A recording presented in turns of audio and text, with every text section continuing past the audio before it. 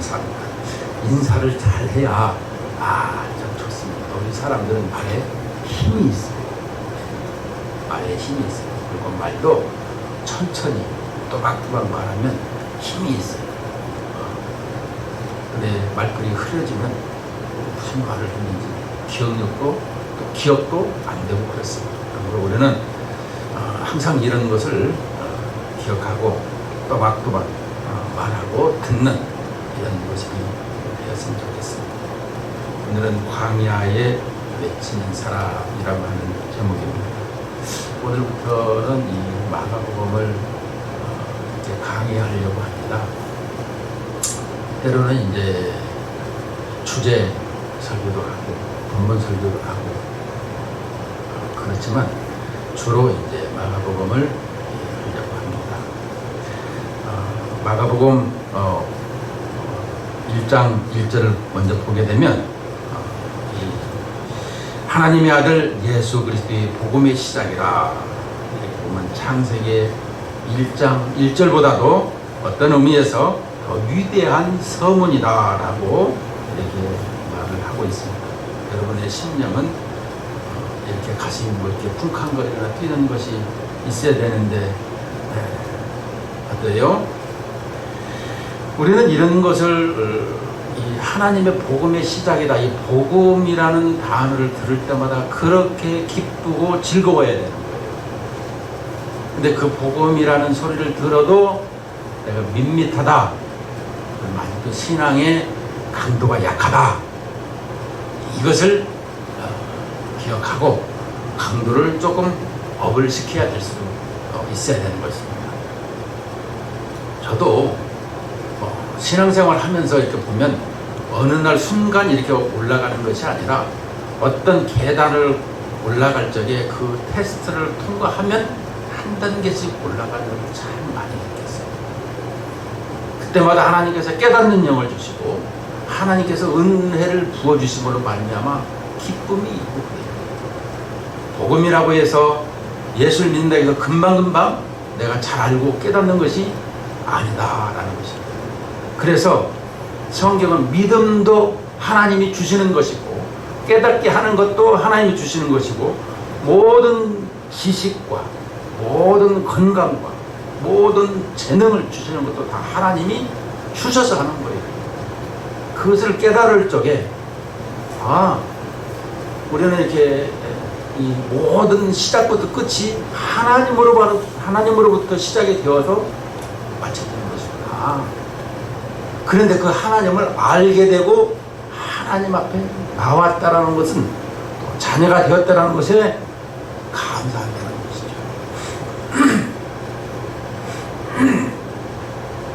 오늘 이 마가복음을 한번 마가복음 누가 기록했을까요? 네, 마가가 기록했어요. 마가는 12제자에 들어있을까요? 네, 들어있지는 않습니다. 우리는 마가에 대해서 한번 생각을 해볼 적에 마가는 바나바의 생질이며 조카라 이렇게 성경이 나와 있습니다. 사도행전 12장에서부터 15장까지 쭉 보게 되면 이 마가에 대해서 또 이 바나바에 대해서 잘 나와 있는데요. 이 마가는 아주 부잣집 아들입니다. 부잣집 아들인데 그 부잣집 아들을 뭘로 증명하느냐? 이 예수님께서 죽으시고 부활하신 다음에 승천하셔서 우리가 이 40일 동안 계시고 기도하라 했을 때 120명이 그 다락방에서 기도를 했어요. 집이 120명이 들어갈 정도의 공간이더라라는 것을 보게 되면 제가 가서 보니까 이 정도 공간이 되는 걸 크지는 않아요. 120명이 이렇게 의자도 없이 그냥 맨땅에 앉아서 하는 것을 보게 되는 거예요. 그게 2000전에 있는 집인지 어쩐지는 모르겠어요. 좌우지간 가다 보니까 임하는 공간인데 2층의 다락방에 여기가 120명이 기도했던 자리입니다. 라고 이 정도 공간이 되는 것 같았더라는 것입니다. 이 부잣집의 아들로 그는 고생을 이제 안 해본 것 같습니다. 그가 1차 선교 여행에서 사도행전 12장 12절에 보면 깨닫고 막아라 하는 요한의 어머니 마리아의 집에 가니 여러 사람이 거기에 모여 기도하고 있더라.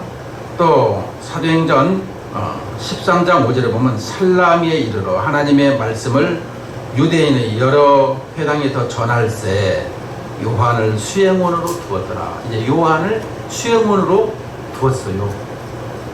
어떻게 왜 두었냐? 살라미에 이르러 하나님의 말씀을 유대인의 여러 회당에 전할세. 하나님의 말씀을 유대인의 회당에서 증거할 때 이 마가를 이 수행원으로 두었더라라는 것입니다. 그런데 이제 2차 전도 여행을 하게 됩니다. 2차 전도 여행을 하게 되는데 그가 이 밤빌리아에서 안 간다 그래요. 사도행전 15장 36절, 37절, 38절, 39, 40, 41절 있는데요. 제가 읽겠습니다. 며칠 후에 바울이 바나바들어 말하되 우리가 주의 말씀을 전한 각성으로 다시 가서 형제들이 어떠한가 방문하자 하고 바나바는 마가라 하는 요한도 데리고 가고자 하나 바울은 밤빌리아에서 자기를 떠나 함께 일하러 가지 아니한 자를 데리고 가는 것을 옳지 않다 하여 서로 심히 다투어 피차 갈라서니 바나바는 마가를 데리고 배 타고 구브로로 가고 바울은 실라를 택한 후에 형제들에게 주의 은혜의 부탁함을 받고 떠나 수리아와 길리기아로 다니며 교회들을 견고하게 하니라. 자, 이 바나바와 바울의 관계는 우리가 이 사도행전 9장과 11장에서 보면 그를 이제 이 얼마만큼 이 바나바의 힘을 받냐 그러면 예루살렘에서 힘이 없을 적에 다소로 가서 집에 있어라. 그 말을 듣지도 않고 있을 적에 그래서 자기 고향 다소로 갔는데 11장에 보면 다소에 가서 그를 데리고 와서 안디옥 교회로 오게 됩니다. 그래서 거기서 성경을 가르치는 교사가 되고 성경을 가르치는 역할을 하게 되고 그 다음에 선교사로 파송을 이 두 사람을 성령이 세워서 따로 세워서 이렇게 나가게 되는 것을 보게 되는 것입니다.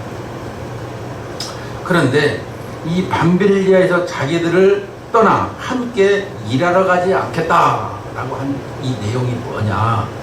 이 밤빌리아라는 것을 보게 되면 터키를 가게 되면 이 고산지대입니다.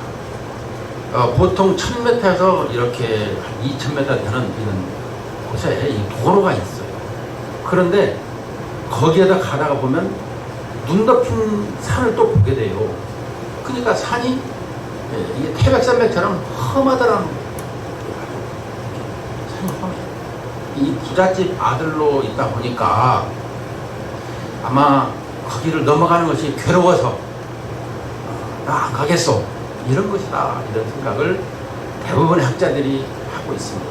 어떤 학자는 풍토병이 있어서 돌아갔다, 무슨 어떤 갈등이 있어서 그랬다, 여러 가지 이렇게 설이 있으나 이 밤빌리아에서 있던 사건이라는 것은 그 밤빌리아에서 우리나라 말하는 이 태백산맥을 넘어가야 하는 이런 힘든 여정이 있는데 저도 이 히에라폴리스인가 거기서 골로새 교회를 가는 쪽을 보는데요. 그 눈 덮였어요. 아니 얼마나 높은지.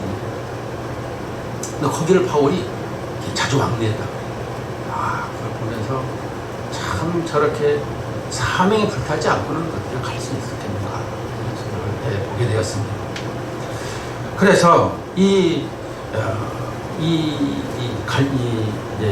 2차 전도 여행에서 15장에서 이렇게 서로 아주 심하게 다투었어요. 성경에도 심하게 다투었다 그러고 하고 있어요. 그래서 바나바는 자기 생지를 데리고 마가를 데리고 이제 갔어요. 그리고 바울은 이 신라를 택해서 수리아로 이렇게 다녔다 이렇게 말하고 있습니다. 수리아와 길리기아로 이렇게 교회들을 견고하게 했더라. 그러니까 사도 바울은 교회 개척을 하면 그 순회를 하게 되었더라라는 것을 설명해 주고 있습니다. 그런데 이 바나바가 선배요, 이 여러 가지를 볼 적에 수긍하고 이제 바울이 바나바의 말을 들을 만도 한데 심히 다투면서 아예 갈라서 버리는 것을 보면은 사도 바울도 대단한 것 같습니다. 그래서 바울은 이 갈라지는 것을 보면서 하나님의 일 중심으로 행하고 있더라라는 것입니다. 아니면 맛으로 나는 주의 일을 이렇게는 해야 됩니다 라고 하는 것을 이렇게 분명한 명제를 가지고 있는 것을 보게 됩니다. 우리의 삶이 이런 모습을 지향해야 되는 것입니다. 우리는 한편으로는 아니 선배의 말을 뭐 듣고도 데려갈 수도 있지 않느냐. 근데 지금 이러한 상태로는 안 된다라는 것입니다. 그런데 먼 훗날에 사도 바울이 디모데후서는 바울의 유언장이라고 하죠. 바울이 얼마 자기 생명이 얼마 남지 않은 것을 알고 이 마가를 부릅니다. 디모데후서 4장 10절, 11, 12절을 보면 대만은 이 세상을 사랑하여 나를 버리고 데살로니가를 갖고 그레스게는 갈라디아로 디도는 달마디아로 갔고 누가만 나와 함께 있느니라. 내가 올 때에 마가를 데리고 오라. 그가 나의 일에 유익하니라. 두기고는 데베소로 보내었노라. 지금 사도 바울이 누가와 함께 있는데 누가는 바울의 주치의입니다. 의사죠, 의사 누가라. 그래서 이 누가복음을 보면 이 의사이다 보니까 예수님께서 땀방울이 핏방울이 되었더라라고 하는 것을 보면 어떻게 땀방울이 핏방울이 되었나 그런 얘기를 생각하는 적이 있었는데 우리가 신경을 많이 쓰고 땀을 흘 때 이 모세 혈관이 터져가지고 핏방울이 된답니다. 그래서 우리가 치료도 나오고 이렇게 의사이기 때문에 이런 부분을 세밀하게 기록을 했던 것을 볼 수가 있죠.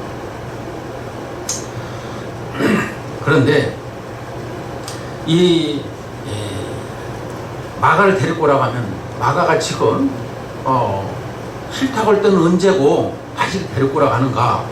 근데 이 마가가 바뀌었더라는 것입니다. 신앙이 많이 성숙해졌더라는 것입니다. 그럼 이 바울이 신앙 성숙이 이 바나바를 통해서 성숙이 되었는가? 아니에요. 바나바는 그 후에 얼마 있다가 죽었다고 기록되어 있습니다. 그런데 이 마가가 이 변화되고 또 이렇게 달라진 것은 바로 베드로를 만난 까닭인 것입니다. 여러분 실패한 사람을 보면은 항상 어깨가 쭉 늘어지고 힘이 없어요. 이 마가가 자기 고향에 돌아와 있을 적에 사도 베드로가 이 마가를 봅니다. 마가를 보면서 그를 이제 아들로 삼는 것을 봅니다. 우리는 그 아들이라고 얘기하게 되면 좀 그렇지만 이 예수님이 12 제자 중에서 수제자라고 해서 그냥 뭐 가장 잘 믿어서 그러냐 그것이 아니라 보게 되면 나이가 가장 연장자였던 것을 볼 수 있고 결혼을 했던 것을 볼 수가 있습니다. 그래서 베드로는 예수님 당시에도 보면 40대가 넘어졌더라 그러면 사도 요한은 17살이었더라는 것이죠. 그래서 17살은 예수님의 품에 기대었기도 하고 보고 만지고 그랬더라라고 사도 요한은 얘기하는 거죠. 17살이니까 예수님은 33살이고 3살이시고 그런데 이 40대의 이 베드로를 볼 때에 그가 어떤 사람입니까? 장담을 하고 무엇을 하든 했는데 예수님을 모른다고 3번씩이나 부인을 하고 그저 무엇을 장담을 하지만 늘 실패한 인생을 볼 수가 있는 것입니다. 그가 이 마가를 보고는 그를 데려다가 이제 이 복음을 잘 가르치고 또 같이 동행하면서 이것을 훈련을 시킵니다. 그래서 이 베드로전서 5장 12절 13, 14절에 보면 베드로전서 5장 12, 13, 14절에 보면 내가 신실한 형제로 아는 실로안으로 말미암아 너희에게 간단히 써서 권하고 이것이 하나님의 참된 은혜임을 증언하노니 너희는 이 은혜에 굳게 살아 택하심을 함께 받은 바벨론에 있는 교회가 너희에게 무난하고 내 아들 마가도 그리하느니라. 너희는 사랑의 입맞춤으로 서로 무난하라. 그리스도 안에 있는 너희 모든 이에게 평강이 있을지어다. 아멘. 13절에 다시 보면 택하심을 받은 바벨론에 있는 교회가 이 바벨론에 있는 교회는 이 로마에 있는 교회 바벨론을 또 다른 언어로 이 바벨론이라고 부릅니다.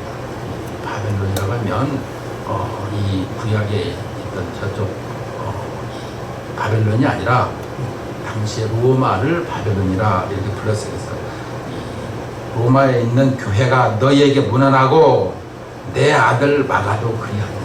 내 아들이다 이렇게 지금 베드로는 부르고 있어요. 그런데 이제부터가 그러면은 이 마가가 변화가 되었어요. 근데 변화가 되었는데 그 변화된 마가가 그럼 왜 이 책을 쓰게 되었느냐? 우리는 이 책을 쓰게 된 어떤 동기가 있고 목적이 있는 것입니다. 복음서 중에서 가장 먼저 쓰인 책이 마가복음이라고 하죠.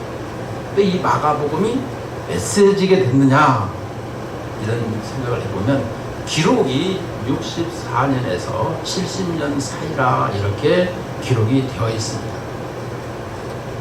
우리가 64년 얘기하면 잘 아는 로마의 대화재 사건이 있습니다. 그 대화재 사건에 이 네로가 불을 질러놓고 새로운 도시를 만들겠다고 불을 질렀어요.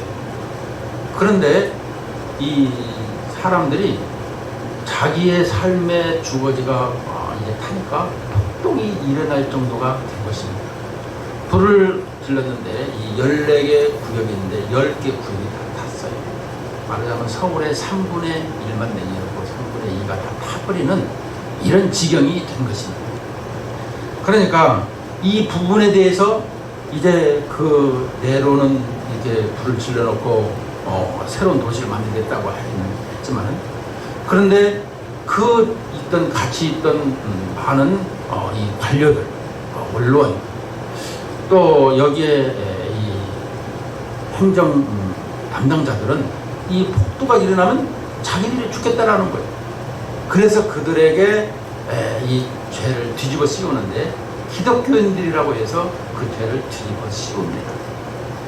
그래서 우리가 잘 아는 이 공동서신 히브리서, 야고보서, 요한일서서, 유다서 이게 이제 공동서신이거든요. 당시에 디아스포라에 있는 유대인들과 또 이방인들이 예수님을 믿는 사람들이 이렇게 예수 믿는 것 때문에 고난 받는 것에 대해서 그들에게 새 힘을 주는 그런 하나님의 복음의 말씀이죠. 그런데 오늘 여기에서 보게 되면 이 마가도 이 부분을 이렇게 알고 이제 이 부분을 기록을 하게 됩니다. 쪽복음이죠. 16장에 나와 있죠. 이 마가복음이 16장으로 구성되어 있는데요. 아주 조그마한 소책자인 것입니다. 네, 이 하나님의 복음이라고 하는 이 복음을 얘기할 적마다 하나님께서 천지를 창조하셨고 그 천지를 창조하신 다음에 우리의 시조가 범죄하여서 다시금 하나님께서 언약을 주셔서 메시아를 보내주셨는데 그 메시아가 하나님의 아들 예수 그리스도시다 라는 것을 설명해 주고 있는 것이죠. 그 예수님께서 행하신 모든 것은 병자를 낫게 하고 생명을 얻는 이런 역할을 해주는 모든 일에서 창조자가 우리에게 같이 와 있더라 라는 것을 설명해 주고 있는 말씀이거든요. 그래서 마태복음이나 누가복음에 나와 있는 예수님의 그 어릴 적의 사건이나 또 이 왕으로 왔던 동방박사 얘기라든 이것이 없어요. 왜냐 그러면 유대인의 이 마태가라든 것은 이 유대인이 왕으로 오신 것을 설명한다는 마가복음은 소처럼 일하고 종으로 오셨다는 것을 설명해 주고 있죠. 누가복음은 이 사람으로 오신 것을 설명하고 있고요. 또 이 요한복음 생명으로 오신 예수님을 설명하죠. 문제는 그래서 소처럼 일하시고 섬기러 오셨다는 걸 통해서 우리가 잘 아는 마가복음 10장 45절에서 인자가 섬김을 받으려 함이라 도리어 섬기려 하고 많은 사람의 대속물로 주려 합니다 라고 하는 것을 이 마가복음은 그렇게 설명을 해주고 있어요. 우리를 구원하려고 이 땅에 오신 하나님의 아들이신 예수 그리스도가 계시더라. 우리가 지금 이렇게 고난과 고통을 받고 있는데 우리 그 부분을 이 히브리서 11장 믿음장이죠. 히브리서 11장을 보면은 이렇게 나와 있습니다. 11장 37절에 보면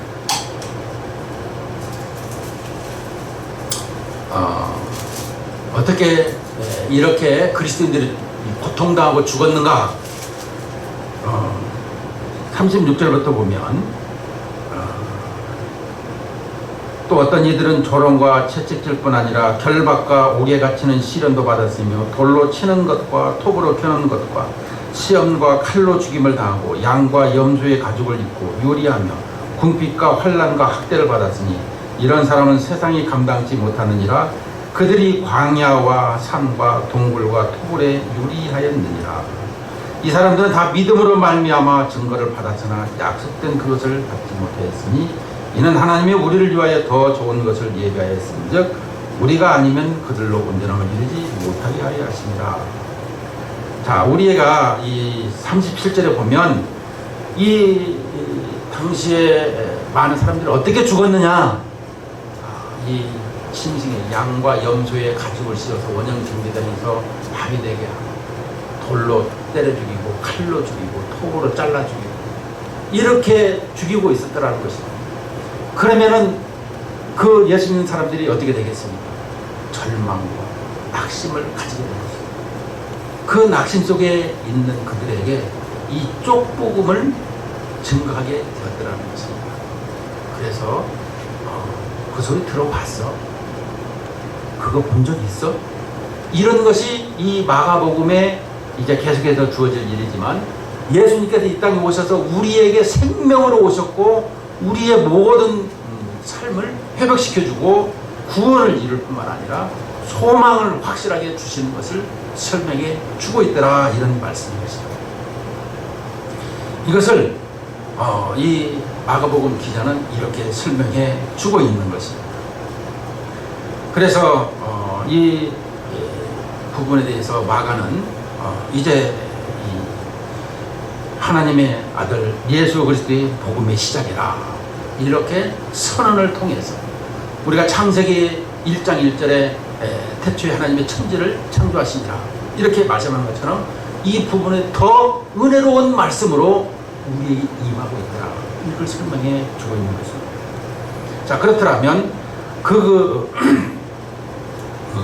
마가가 이제 2절부터 보게 되면 이 선지자 이사야 글에 자, 이사야 글을 보라 내가 내 사자를 내 앞에 보내니 그가 내 길을 준비하리라.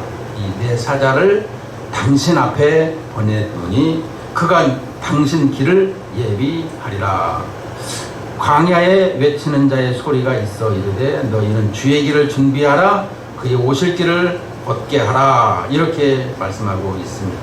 문제는 그가 내 길을 준비하라, 이 부분에 대해서 이사야서 40장 3절만 여기는 나와 있습니다만은 실은 말라기서 3장 1절에 만군의 여호와가 이른노라, 보라 내가 내 사자를 보내리니 그가 내 앞에서 길을 준비할 것이요 또 너희가 구하는 바 주가 갑자기 그의 성전에 임하시리니 곧 너희가 사모하는 바 언약의 사자가 임하실 것이라.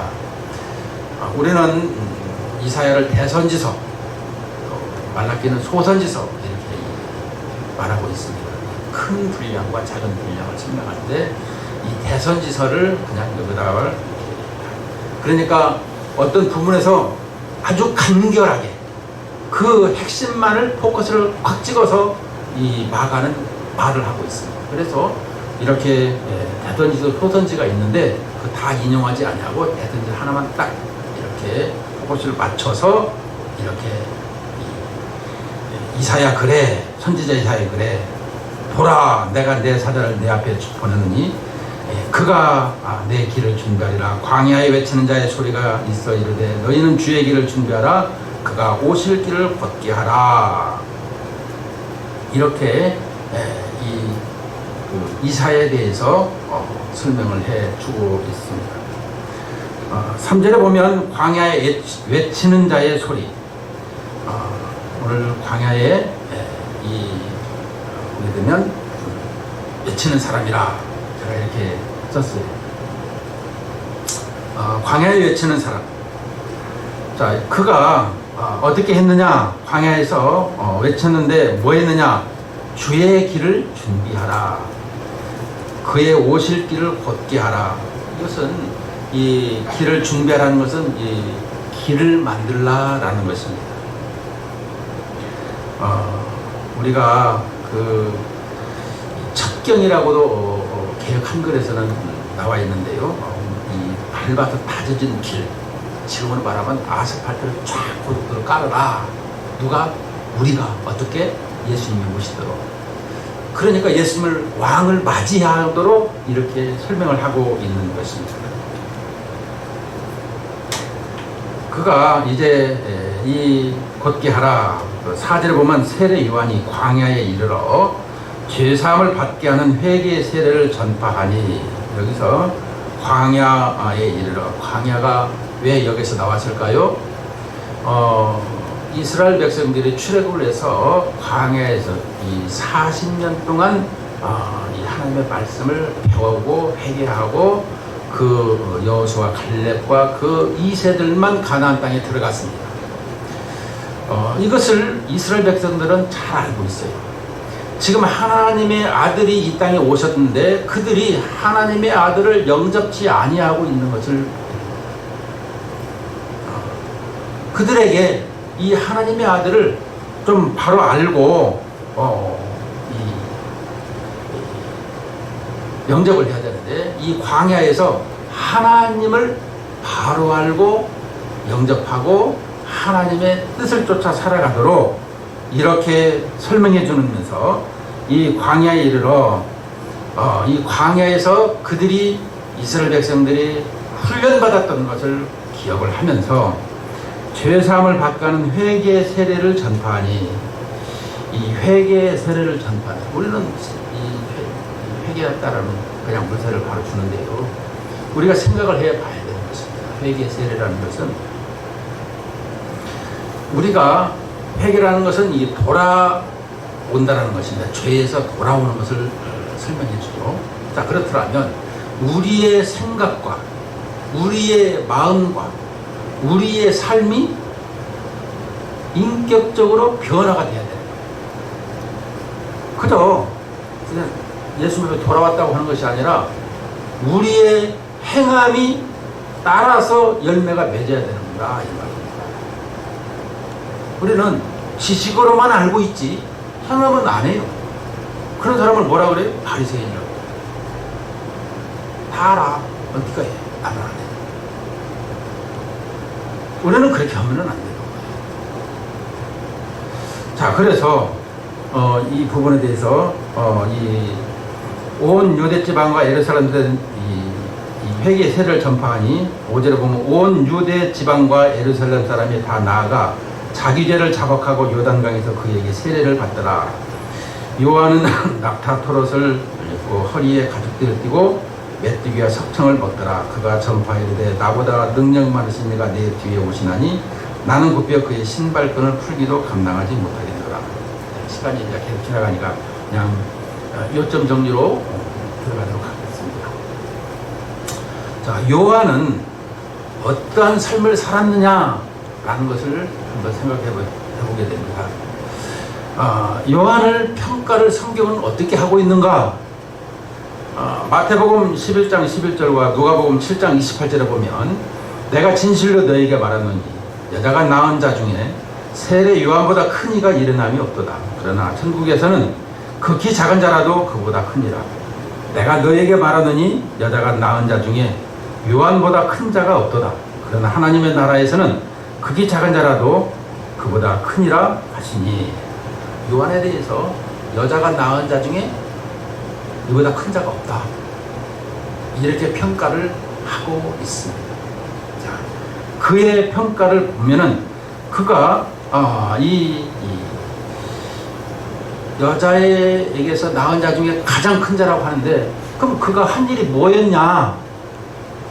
예수님이 오는 길을 준비했다는 것을 설명하고 있습니다. 예수님 태어나기 6개월 전에. 그래서 그는 자기가 이 땅에 오게 된 것, 다시 말하면 이 소명에 대해서, 하나님의 부르심에 대해서, 하나님의 이 땅에 보내신 것에 대해서 철저하게 인식을 했다는 것을 설명해 주고 있습니다. 우리는 이 소명과 사명, 소명은 콜링을 설명하고 있어요. 나를 부른 것. 사명은 내야 할 일을 설명하고 있어요. 자, 그렇다면 우리가 이 콜링을 받아서 전부 다 여기 앉아 계십니다. 그러면 하나님께서 나에게 부른 사람들을 성경은 뭐라고 하느냐라고 하면 청년이다 라고 부르고 있어요. 지금 여기 이렇게 나이들이 적으신 분도 있지만 생물학적 나이를 가지고 설명하고 있지 않아요. 성경은 하나님의 일을 하는 사람을 청년이라 그래요. 욥기나 시편이나 전도서나, 특히 전도서에 너의 청년의 때에 권고한 날에, 이것은 뭐예요? 생물학적이 아니라 주님이 부르신 것을 알고 이것을 행하는 것을 설명하는데, 이 부분에 이 배경이 있어요. 자, 청년은 이제 이런 배경입니다. 전쟁이 일어납니다. 전쟁이 일어나면 총칼을 들고 싸워야 될 20대의 청년들을 설명하고 있죠. 국가의 부르심을 받고 목적을 따라서 일을 행하는 것을 설명하고 있어요. 우리는 하나님의 나라의 일꾼들이라는 것이죠. 그래서 출애굽기 보면 광야 40년 동안의 그 이스라엘 백성들을 십자가의 군병이라 이렇게 설명하고 있어요. 군대라. 아니, 세상에 오합지졸도 그런 오합지졸이 없죠. 언제 훈련을 받은 적이 있으니까 노예 생활만 하다가 온 사람들을 그리스도의 군병이라 이렇게 설명해 주고 있어요. 구약에서. 왜? 앞으로 해야 할 일에 있어서 분명한 소명이 있고 사명이 있는 것을 설명해 주고 있어요. 그러니까 우리가 청년의 때에 이런 부분을 가지고 있더라면 내가 지금 하나님의 이 콜링을 받잡고 여기에 있더라는 거죠. 그래서 그 일을 감당을 해야 되는 거예요. 이것을 우리에게 설명해 줍니다. 이 세례 요한은 이 부분에 대해서 그에게 역할을 아주 충실히 했어요. 우리는 80에 이 부름을 받은 모세를 보죠. 80년 동안 이제 늙어가지고 아무것도 할 수가 없는데 너 이스라엘 백성들 좀 끄집어내라 해서 40년 동안 일하는 것을 볼 수가 있습니다. 그래서 우리의 삶은 죽을 때까지 이런 우리의 이 몸을 가지고 청년의 때를 살아가야 된다라는 것을 설명해 주고 있습니다. 그것은 뭐예요? 내가 주의 일을 이렇게 열심을 내서 행하는 것을 설명해 주고 있습니다. 그런데 오늘 여기에 보면 온 유대지방 5절에 온 유대지방과 예루살렘 사람이 다 나아가 자기 죄를 자복하고 요단강에서 그에게 세례를 받더라. 여기서 다 나아간다. 예루살렘이. 여기에 보면 바리새인도 있고 사두개인도 있고, 사두개인은 자유주의고 바리새인은 얼마나 오만하고 교만합니까? 또 여기에 이 군인들, 여기 세리들, 다양한 사람들이 다 있더라는 거예요. 우리는 이 누가복음 3장을 보게 되면 이렇게 나와 있습니다. 누가복음 3장 보십시다. 3장 보고 마치도록 하겠습니다.